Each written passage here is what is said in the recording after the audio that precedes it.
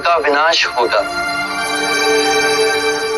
और चमत्कारी पूजे जाएंगे। इसके बाद संघ के किसी भी भिक्षु ने अपनी सिद्धि का प्रदर्शन किया तो वो मेरा सहयात्री नहीं होगा। समाधान मांगता हूँ। इन्होंने हमें अब तक कहे पूरा कहा, मैं चुप रहा, पर आप पर लांछन लगाए तो मैं सह नहीं सका।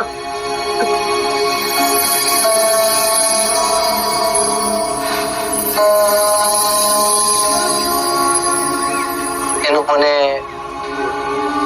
अपशब्द मुझे कहे, अपमानित मुझे किया, लांछन मुझ पर लगाए, पर मैं तो विचलित नहीं हूं। तो तुम क्यों विचलित हुए? इन सभी को परम सत्य की ओर ले जाना है। यदि आप सभी भिक्षु सिद्धि प्रदर्शन में फंसेंगे तो अपने मार्ग से भटक जाएंगे।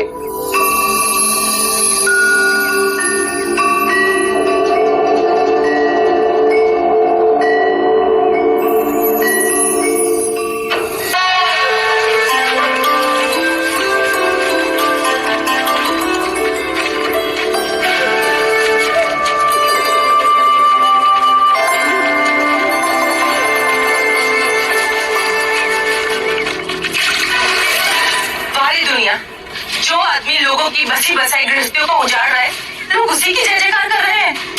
मेरे पति को भिक्षु बना दिया। तुम पाखंडी हो। तुम्हारे भिक्षु चमत्कार दिखा के युवाओं को फंसाते हैं और उन्हें भिक्षु बनाते हैं। अरे तुम्हारे जैसे ढोंगी को तो ऐसा दंड मिलना चाहिए। तुम करुणा का पाठ सिखाते हो ना सबको, लेकिन तुम्हें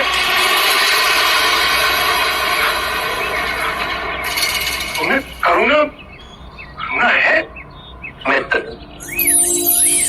यदि तुम अपने पड़ोसी के लिए कोई उपहार लाओ और वो उसे ग्रहण करने से मना कर दे तो वो उपहार किसके पास जाएगा? मेरे पास। उसी प्रकार जो तुमने मुझसे कहा, उस उपहार को मैंने स्वीकार ही नहीं किया तो वो स्वयं ही तुम्हारे पास चला गया। अब शब्द भी बुरे कृत्य हैं, उनका कोई प्रत्युत्तर नहीं, पर उनकी प्रतिध्वनि अवश्य है जो टकराव स्वयं आपके हृदय में जाती है। जिस प्रकार छाया मनुष्य का पीछा नहीं छोड़ती, उसी प्रकार बुरे कृत्य भी मनुष्य का पीछा नहीं छोड़ते। वो लौटकर दुख और बढ़ाते हैं। मैं यही कहता हूं, जागरूक होकर स्वयं को देखो। बुरे विचार, बुरे कृत्य स्वयं धीरे धीरे समाप्त हो जाएंगे।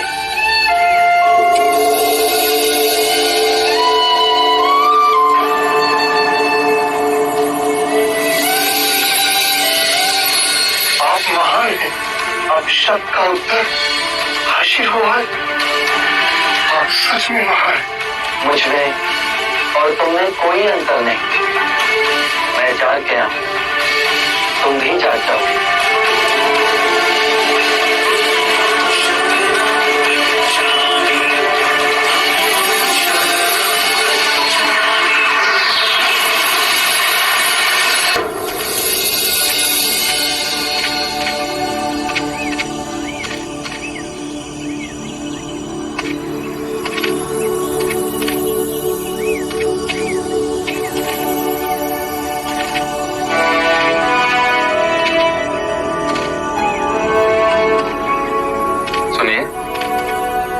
बुद्ध कहाँ मिलेगी?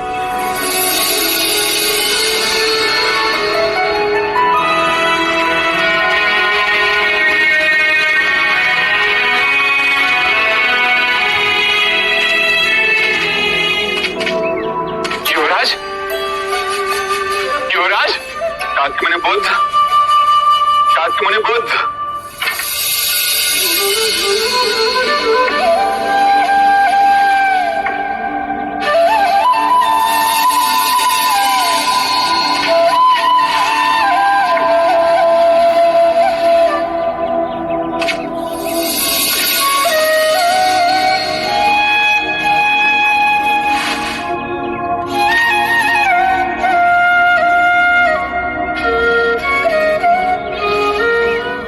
प्रिय भिक्षु,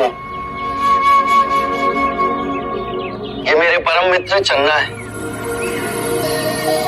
और ये पिता तुल्य अमात्य कपिल वस्तु के मंत्री।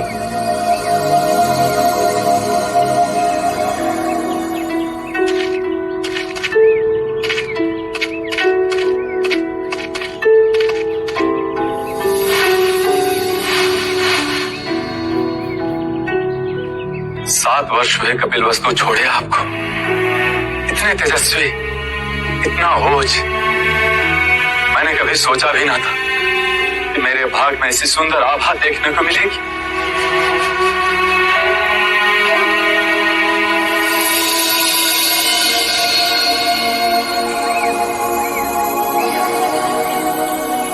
माता प्रजापति और पूजनीय पिताश्री कैसे हैं? आपके जाने के पश्चात कभी भी हमने उन दोनों के चेहरे पे खुशी नहीं देखी। अब तो महाराज के स्वास्थ्य भी गिरने लगा है। शाकीगण की सभा में वो अरुचि से जाते हैं।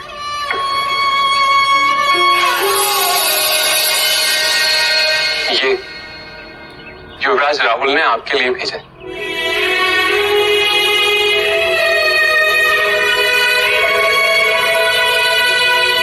राहुल अब इतने बड़े हो गए हैं कि अपनी माँ से हट करके ये आपको देने के लिए कहा। आपकी की तरह प्रतिभाशाली, हर विद्या में निपुण, हर घड़ी आपको याद करता हूं।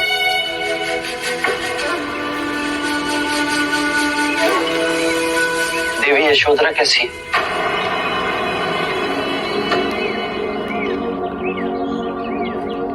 देवी यशोधरा के विषय में हम आपसे कुछ न कहेंगे। आप स्वयं कपिल वस्तु आइए और उनका हाल देखिए। मेरे सारे प्रश्नों के उत्तर मिलते ही लौट आऊंगा तुम्हारे पास, राहुल के पास।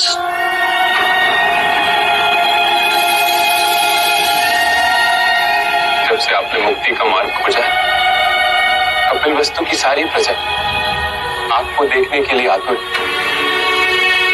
एक डोर से महाराज और महादेवी के प्राण बंधी कब वो अपने पुत्र सिद्धार्थ को देंगे। देवी यशोधरा महल के द्वार पर होने वाली हर दस्तक पर चौंक जाती है और झरोखे की ओर भागती, फिर निराशा उन्हें घेर लेती। उनकी पीड़ा का आभास राहुल को ना हो, इसलिए आपके बचपन की कहानियों से सुनाती। हम आपको कपिल वस्तु ले जाने आए। आप हमारे साथ आएंगे ना?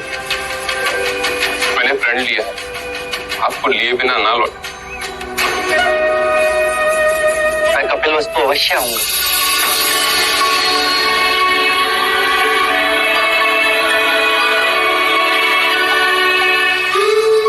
मैंने तुम्हें वचन दिया था यशोधरा, मैं तुमसे मिलने आ रहा हूं।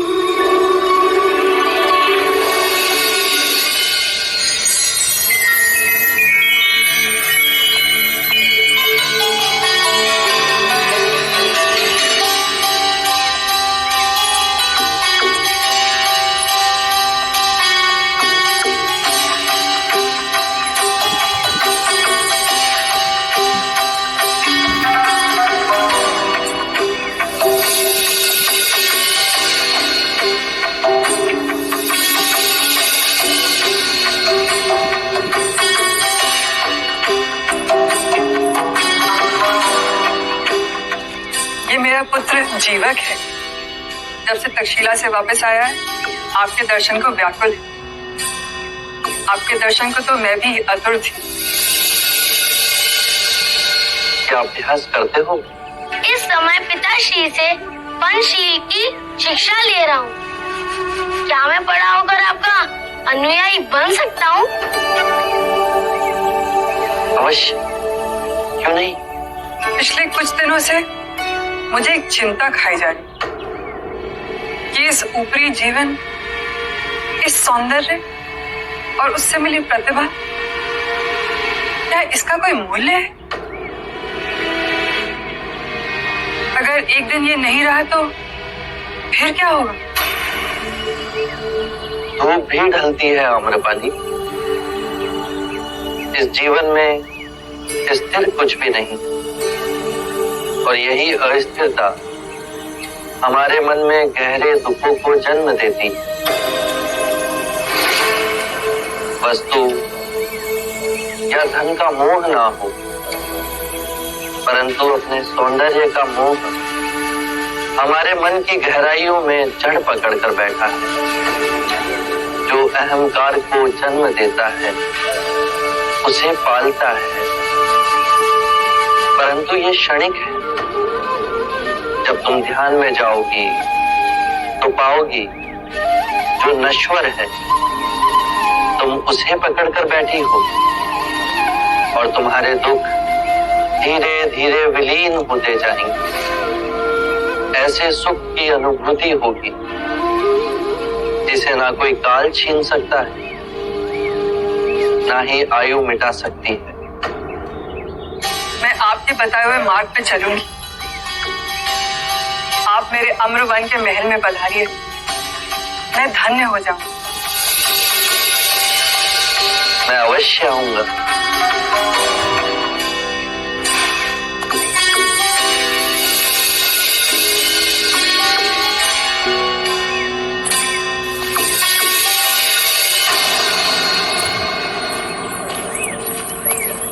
जब आप आम्रपाली से बात कर रहे थे तो उसके रूप का कोई आप पे प्रभाव ही ना पड़ा।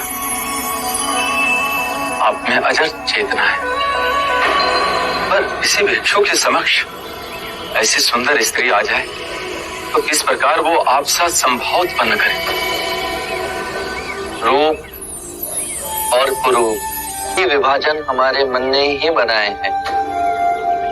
ये उन्हीं 5 तत्वों से मिलकर बना है जिससे सारी सृष्टि बनी है। यदि हम एक कलाकार की दृष्टि से देखें तो कोई भी वस्तु अद्भुत और कोई भी वस्तु कुरूप ही दिख सकती है।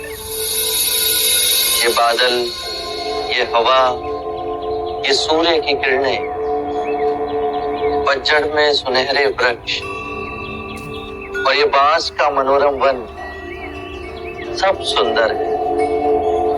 संभवतः ऐसी कोई सुंदरता नहीं जो एक मनुष्य की एकाग्रता को क्षीण कर सके, जितनी नारी की सुंदरता। यदि नारी के रूप ने मनोग्रहित किया तो पुरुष अपने मार्ग से भटक सकता है।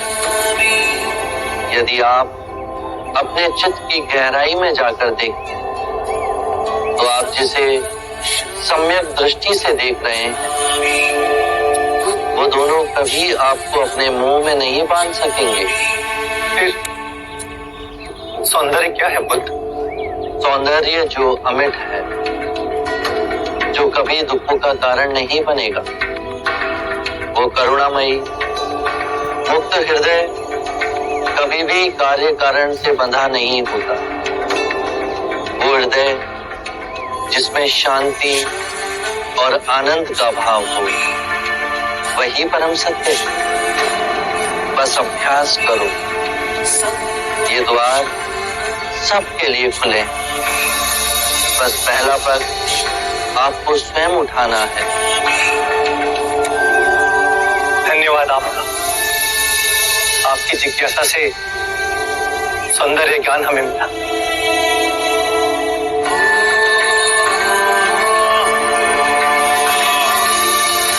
मैं भी क्या सोच कर आया था, और देखो क्या हो रहा है। मैं बुद्ध को कपिल वस्तु ले जाने आया था, पर अब मैं स्वयं यहीं रहना चाहता हूं, आपके संग, आपका भिक्षु बनकर। आप मुझे भिक्षु बनाएंगे ना? अवश्य।